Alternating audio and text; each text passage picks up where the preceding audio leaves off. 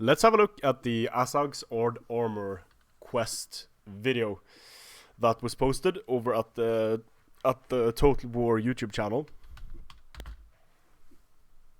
Sega.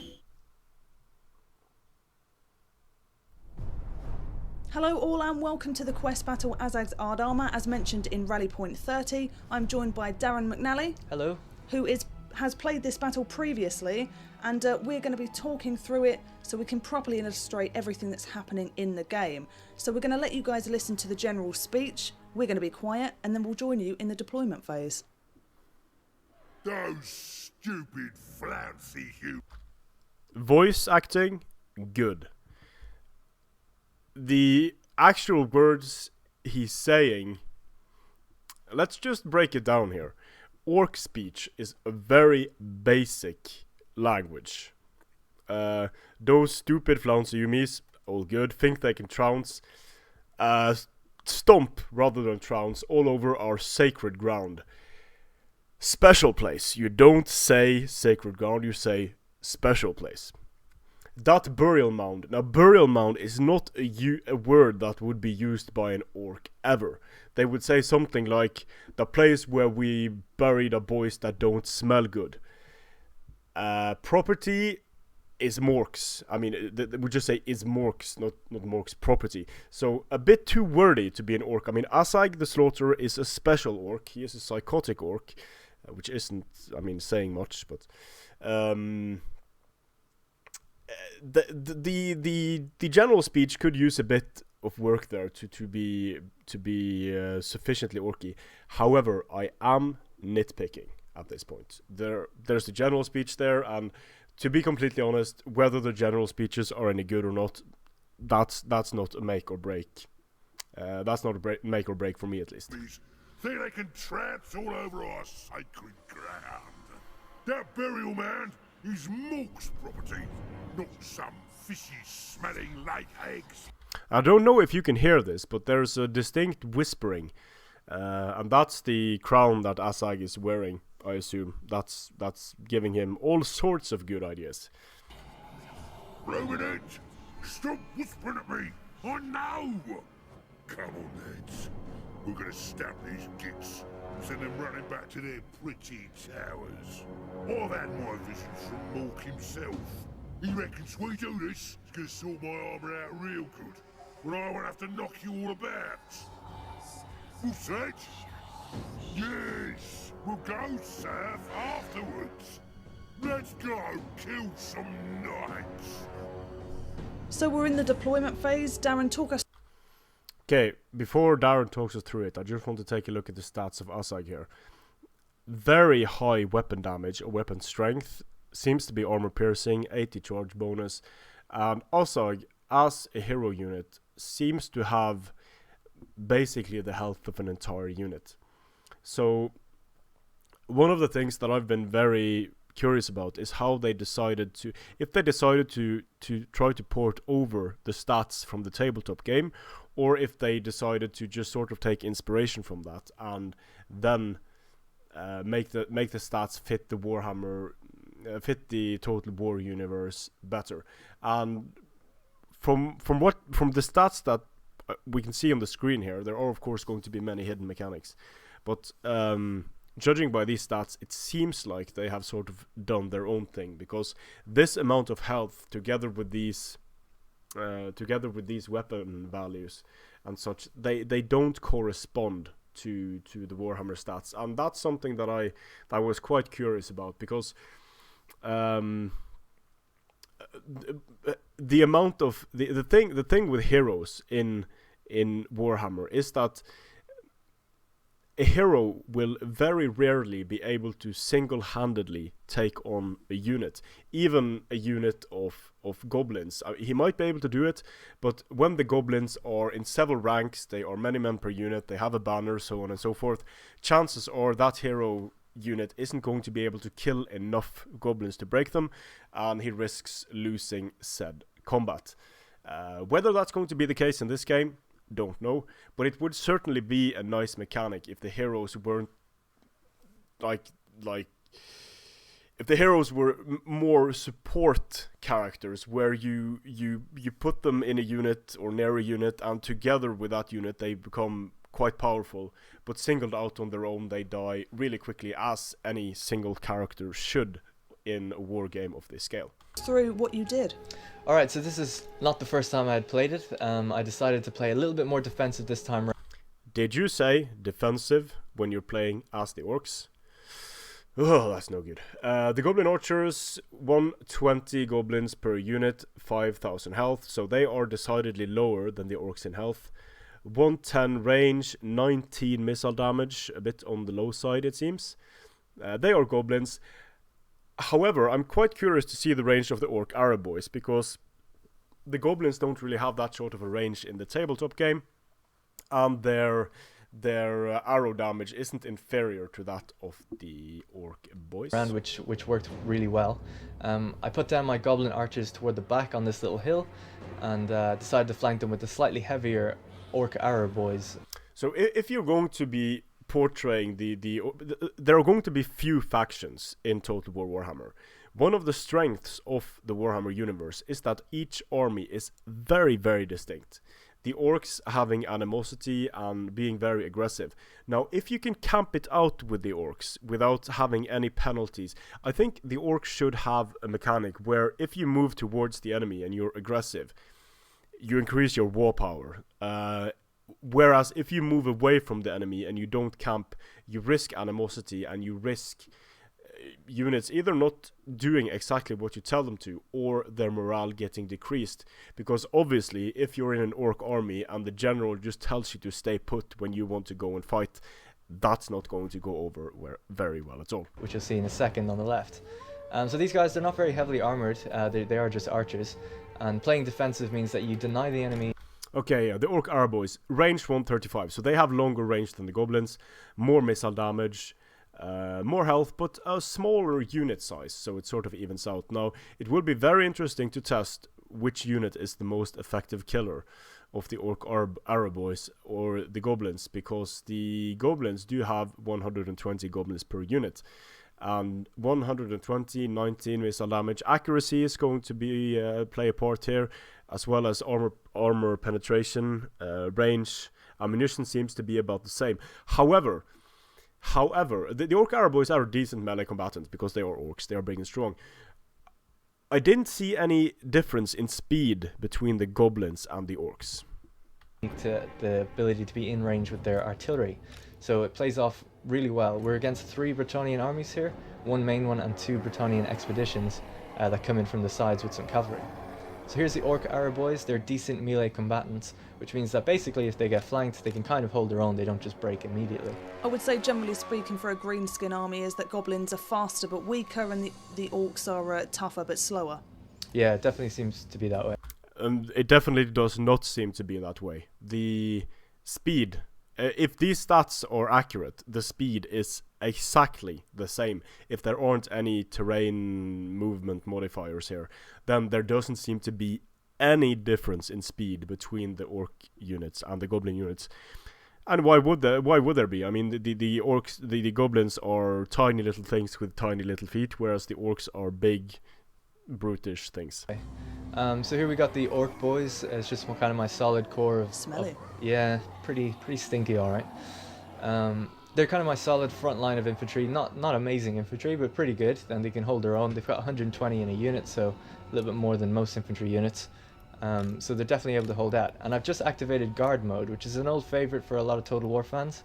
And basically that means that if they are engaged in a unit, they won't chase that unit down if they win that engagement. Guard mode makes sense. Guard mode does not make sense for orcs and goblins. The Orc Boar boys seem to have armor piercing. Overall, spears have higher armor piercing, lower damage in Total War games. No such mechanic in the Warhammer game, but it seems like they're sort of porting over the stats from the Total War games, with spears having lower base damage, higher AP. And they'll stay in place and kind of hold their ground no matter what. And I've done the same for the archers and turned off skirmish mode. So I'm really setting up for a defense here. Putting my cavalry on the flanks, the Orc Boar boys. These are shock cavalry. Very slow, but deliver quite Wait a minute. powerful punch in Doesn't their charge seem like bonus. they So have putting them on spears this little actually. hill here gives them that extra They might have modifier to their choppers charge. actually. They might have might have a form of axes there. So yeah, armor piercing, anti-infantry. They probably have axes, so not spears. Although they are shown using a spear, halberd hybrid type of thing. I'm pretty sure those were axes or choppers they were wielding. Bonus, which means that they'll do more. So the orc big guns, they have 46 weapon strength. Might be a big weapon since it's fairly high. Bigger in order, damage dealer. They have about 76 health per orc there. The speed of the orc big guns, this is quite interesting. The speed of the orc big guns. They said that goblins are faster, but the speed of the orc big guns is higher than the speed of the goblins. Interesting stuff. Damage, basically. It's worth noting that this is pretty early on in Asshag's campaign progression, so it's early tier units, so you won't really see any of the big monstrous creatures as you've seen previously with the Greenskin army. It's true, and we are on a beta build at the moment, so you're prone to seeing some slight graphical glitches. Let's see, Wolf Riders, 18 missile damage, range 110, speed 95, reasonably high speed there. Low-ish health, which is contrary to what we saw in Attila, of course, with cavalry having overall very high health values, which is decent. And stats and things like that aren't final. It's still subject to balancing. Yeah, so balancing. It's still subject to balancing a few years after, like most games from the Creative Assembly. So stats are subject to change. Just as the DLC hits, we'll get some balancing changes as well, and it will break all of our replays. There's Asshag on the Wyvern, so it's worth noting as well that it's quite unusual for a green skin to have anything other than the Law of the Big and the Little War, but Asshag has the Crown of Sorcery, which gives him the Law of Death magic, and if you listen closely to the general speech, he's also a little mental as a result of wearing it. So the point of this quest battle is for him to regain, have his armour imbued by the shamans and by Gork and Mork to be proper. And he's in the final quest of that chain. Alright, so let's start the battle and see how we get on. So basically, there's 3 armies as we mentioned before, and the 2 expeditionary forces are made up of just purely cavalry. So here's one of them here. I think they're mounted yeoman cavalry, belonging to Bretonia. And as we move up towards the hill, we can see their catapults. There's Failafate. Trebuchets. They are trebuchets. And yeah, that's basically... It's a beautiful environment as well. Yeah, it's looking really good. And the music you can kind of hear kicking in as well. Really nice ambient music. So they're already kind of on the move, very quickly pushing up towards me. Now, I'm not actually in range of their artillery, so their artillery is going to have to come down off the hill, which is something that if you deploy at the front of that deployment across this little river here, you're going to be dealing with their artillery right from the onset. So I found a great strategy is just to kind of hang back and wait to deal with their cavalry and then to play aggressive. Oh yeah. Although if you play aggressive in the beginning, their cavalry tends to back off and join up with their main great army, strategy for exploiting the poor AI there. So we're just getting ready here for the the AI does what the AI has been doing for all of the Total War games, wastes cavalry running straight into an army that has ranged superiority. That's good. Just kind of volleys, the archer volleys, as the cavalry kind of comes into my line of sight. You can turn off the arrow trails as well, but it's useful for us to be able to see where the arrows are coming from. Yeah, especially in a video when people just want to have a quick look at what's going on. The arrow trails. Let's see, the so cav charge didn't seem like it did too much damage there. Uphill. 15 seconds, and it's a direct damage spell. So it just basically directly affects their health, lowering the health of every unit or every entity in that unit. It's not a very expensive spell. The Winds of Magic barely got touched at all, and it was just a little test spell. I wanted to test the water a little bit as the unit approached my front lines and give it a bit of damage, and it seemed to work. They backed off after their initial charge. So magic is quite tricky to use, and it's not overpowered in the sense that it's going to wipe out a whole unit. Each spell is specifically tailored to have a function, so you need to really carefully read what the effects of the spell are before using, otherwise it could damage you in some very interesting ways. Yeah, you can see later on, actually, we'll show you some miscasts and things like that, but even the most powerful spell doesn't wipe out the unit. So a lot of people are kind of worried on social media and things like that magic, how's it going to work, and is it going to be too powerful? It's definitely a case-by-case scenario. It's also a little bit of luck involved, whether it actually does exactly what you planned on it doing or not. Yeah, random by movement design. is... It just needs to be mentioned that magic in the Warhammer game has the potential to wipe out entire units and turn the tides of battles, but it does come at a hefty price most of the time, and it does come with risks. So you might end up wiping out your own units. You might end up with your spellcasters having their heads explode, for example. So where it's sort of balanced by the fact that the enemy can counter your magic, and it's balanced by the fact that the magic can go horribly wrong. In some of the spells, vortex spells, for example. And you also have the miscast chance, even on ones that don't move, so exactly. it can always go wrong. So you'll notice a lot of cavalry is actually managing to get around behind me here and start flanking me, and I had a little bit of a problem here. My Goblin Wolf Rider archers, which are kind of archer cavalry, missile cavalry, are getting chased down by this Bretonnian cavalry unit, and they obviously can't deal with them in melee. So I got Asshag to call another spell, the Fate of Buna, which is a much stronger, similar to the one I cast before, but it's much, much stronger. And it means that when I attack this cavalry unit now, they're going to be much weaker, their health is dropping rapidly, and they're starting to break and rout even now, even though I have 2 units that shouldn't normally win in that engagement. So it's all about getting the right engagements and really casting off spells and holding onto your winds of magic until you feel like it's right, the right time to use it. So their main army is starting to push down the hill now as well, as they're slowly trying to get into my range. You're maintaining a good line. Yeah, so that's kind of in part due to guard mode as well. Maintaining a good line as the orcs. CA, please. Because they're not just chasing whoever they're fighting, they're holding the line, and that gives you a huge morale buff as well. Holding the line is really, really important.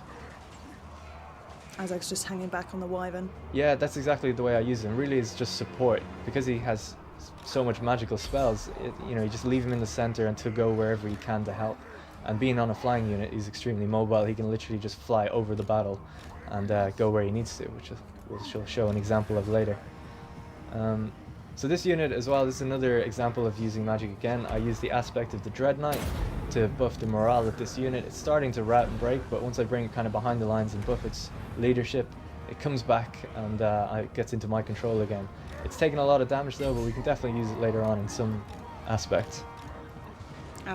See what you did there? That's yes. right. Nice. So yeah, we're kind of just dealing with the remnants of these cavalry skirmishes, I guess. And we seem to have won on the right side. You'll notice some of my units are chasing because I haven't put them onto guard mode. Sometimes it's good to do that because they will need to chase down routing units to make sure they don't reform and come back. And here we can see the catapults are now in range and they're starting to fire. It's quite a lot. I think there's almost more than 12 units of or individual catapults firing on me here, so it's quite a lot to deal with. Could see the Bretonnian general there, Anno Michaud, back in the distance. Yeah, he's just chilling next to the artillery. He kind of stays back with the main army a little bit. Same with Fay LaFay, who we'll see as well. So I decided at this point that just to push up, I was just about ready. We had just one final engagement to deal with. Thought I'd bring my orc board boys out into the hill over on the right and start really, because their cavalry is pretty much all gone now, almost. So now I have the cavalry advantage, even though they're quite damaged. Why? I know we can really start putting the hurt on. The music as well at this moment is just absolutely epic. It was all kicking off right at the right time. And yeah, I decided that Well, the thing is though, this isn't orky music. Orky music would be drums and growling and screaming. When I'm playing as the orcs, I want to feel like an orc war boss. I want to feel like an orc warlord. I don't want dainty, Yumi classical vocal music. I want it to be raw. Take a page out of the Rage of the Dark Gods Call of Warhammer mod. They've managed to nail that one pretty well. a wyvern was going to go towards the enemy artillery, because he can just fly over the battlefield. And we're going to show you a really cool spell here. Doesn't always go in your favor, but this Oh, it's my favourite. the Purple Sun of Zerus. That's right. It's a vortex spell. Again, this can have magical movement, so you've got to be really careful where you place it, and certainly not anywhere near your own units. Look at that. Watch it. So basically I did this a few times and it kind of doubled back on my own guy and didn't really go quite as well. So there's a bit of a random chance that it's going to work. And it worked beautifully there. And I landed my general down on their artillery just to keep them busy. It doesn't It's actually... legendary lord in Warhammer. Legendary lord. That's right. I'm still, you know, an old school Total War player. I'm still learning. Good job I'm here then. Yeah, That's right. exactly. So here we have Fail of Faith. She's moving up into the battle and about to cast Wind Blast, And she's using Law of Heavens. but it's Ooh, a miscast. miscast. You want to talk about miscast? Sure, I do. Miscast doesn't necessarily work the way that it does in tabletop. So enemy spellcaster runs into melee. AI, please. It can damage your caster, but ultimately the spell will automatically always go off. So depending on how low or high their health is, they can die, but generally speaking, you should be fine to keep casting. Right, so I'm starting to try to envelop the units here. They've actually broken a lot of my guys in the center. The artillery has done Let's see, a lot of halberd damage to my infantry. units that were otherwise in place. And those just want to cavalry take a charges look as well, at those it all units. adds up. So I brought some of my kind of heavier too infantry slow. into the There we go, man-at-arms, polearms. Okay, armor piercing, bonus versus infantry perhaps on those halberds. Charge defense against all. That's interesting. Anti-large armor piercing. Okay, so they are anti-large armor piercing, charge defense against all. Seems like a pretty useful unit in a defensive role if this stays in. And it's quite important for the Empire because, well, at least in tabletop, the halberdiers are one of the mainstay units of the Empire. Perhaps vulnerable to missiles, but yeah, kind of interested to see how those guys do. fight to help out, but I've also called Asshag back and activated the Fate of unit again, just to lower the damage of this unit and hopefully get some kills in there as well. But at this point, yeah, it's starting to turn in my favor. I've got some units actually not doing anything. I'm not microing very well. But I'm just trying to kill the remaining forces and trying to kill Fail of Fae as well. And like I said, this cavalry that I managed to recall earlier, even though there's only like 20 dudes in the unit, they've managed to get some successful This is what I don't really get. I mean, one of the gripes with the AI in Total War games is that the AI doesn't use its units properly. So here we have a line of defensive infantry with poor charge bonuses against the orcs. They have artillery, and instead of advancing as a coherent force, they send in their cavalry to die, then they send in their defensive infantry to die, which leaves their cavalry, their catapultry, as it were, their trebuchetry, their artillery, leaves them alone against the rest of the enemy army, and the skirmishers alone against the rest of the enemy army. So I don't think it's going to be changed, but I hope this isn't an example of what the final AI is going to be like. charges off onto artillery and just keep them busy and keep them locked down from firing on me. They seem to be kind of trying to run away up the hill as well. Seems like it's pretty much a case of just chilling through the remaining units. You've done quite a lot of damage. Yeah, so Fail of Fae has actually tried to do another wind blast here, if you'll notice, and they just kind of caught the end of my unit there. Did a little bit of damage, and most of them were able to get up and remain unharmed. So you can see they're always looking for their prime opportunity to use their magic as well. And then we're just chasing down the remaining Bretonnians. That's basically it. Quite a successful battle, if I do say so myself. How successful was it? Quite successful. Was it heroic? I might even say it was heroic victory. Oh! So there we Need some go. proof. We've got the victory. And then we just have a little look at the battlefield. You can keep chasing down units if you want, and then you just hit end battle, and there we go. Boom, heroic victory. Congratulations, Darren. Easy. So we're playing on hard, by the way, as well, in case people are wondering the difficulty. Wow. It can get much harder, and it can get much easier, depending on your playstyle. It can't get Thanks much very easier. much for showing us that battle, Darren, and join us in the future on this channel for more on Total War and Total War Warhammer. Like and subscribe, and we'll see you soon. Okay, so how excited am I for Total War Warhammer after watching that video? Well, 3 out of 6 was, maybe. It's... As it nears release date, I am getting less and less excited, I am sorry to say. Sure, I mean, I am interested in getting to grips with the mechanics and finding out how the game works. I am, of course, looking forward to play with the orcs. But my main worry was that they were not able to capture the essence of the orc army. Weren't able to make me feel like I am an orc war boss commanding a savage army of orcs. The orc army seemed to play just about any other army against the AI. Darren was able to hang back, the AI wasted its units, and I would like to see that ferocity, that pure aggressiveness as the orcs, because if you can just, I mean, I hope it's going to be different in multiplayer at least. People say that single player is more immersive, multiplayer really isn't.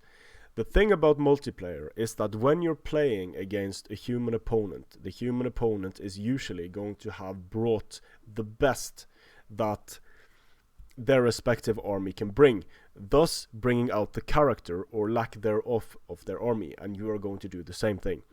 So if I'm playing against the Bretonnian army, I want to know that the Bretonnians are going to have strong cavalry. They're going to have relatively cheap and numerous infantry together with some nice artillery support. And the way forward for me is going to be to break through the Bretonnians, sending in the boys to the slaughter. I'm not going to want to go hill camping with goblins and not go on the offensive. We'll see how it plays out. Strength, honor, and 3 out of 6 was.